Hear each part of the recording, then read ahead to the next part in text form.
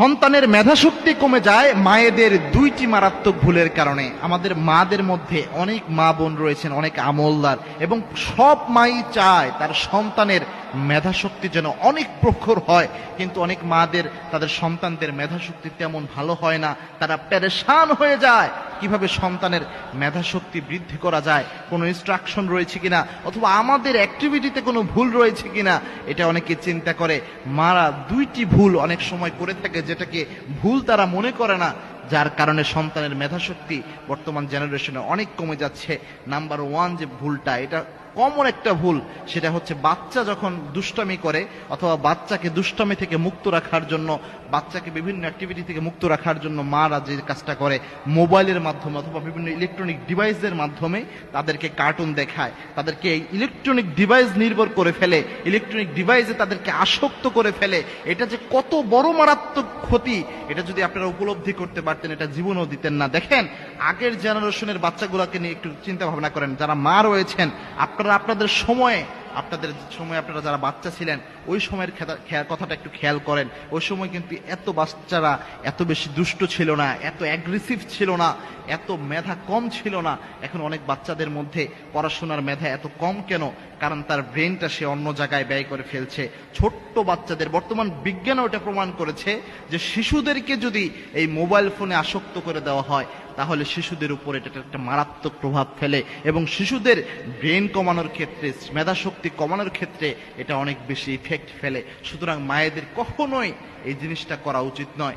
দুই নাম্বার যে কাজটা আমার মারা করে, অনেক সময় সন্তানের উপর অতিষ্ঠ হয়ে, সন্তানের এই দুষ্টামের ক্ষেত্রে বিরক্ত হয়ে মায়েরা অনেক সময় না বুঝে বদদোয়ার মতো কিছু একটা বলে ফেলে সন্তানকে। এটা অনেক মাই অনেক সময় করে ফেলে বিরক্ত হয়ে, যে তুই এমন হতে পারিস না, আল্লাহ তোর উপর কেন গজব ফালায় না, এরকম টাইপের অনেক ধরনের কথাবার্তা বলে ফেলে। এটা যে কত বড় মারাত্মক একটা জিনিস।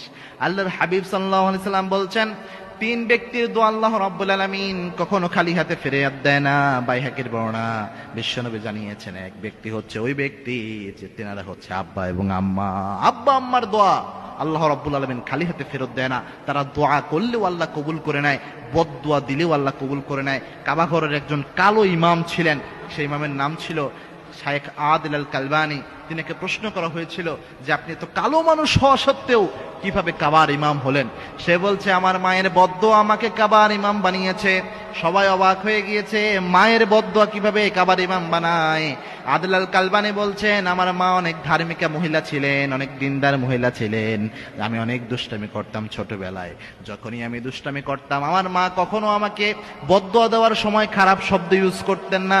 আমার মা আমার দুষ্টামিতে অতিষ্ঠ হয়ে সব সময় একটা বদদোয়া দিতেন, আল্লাহ তোরে হেদায়াত করুক, আল্লাহ তোরে কাবার ইমাম বানায়া দে। মা এই বদদোয়া দিতেন রাগের বশে।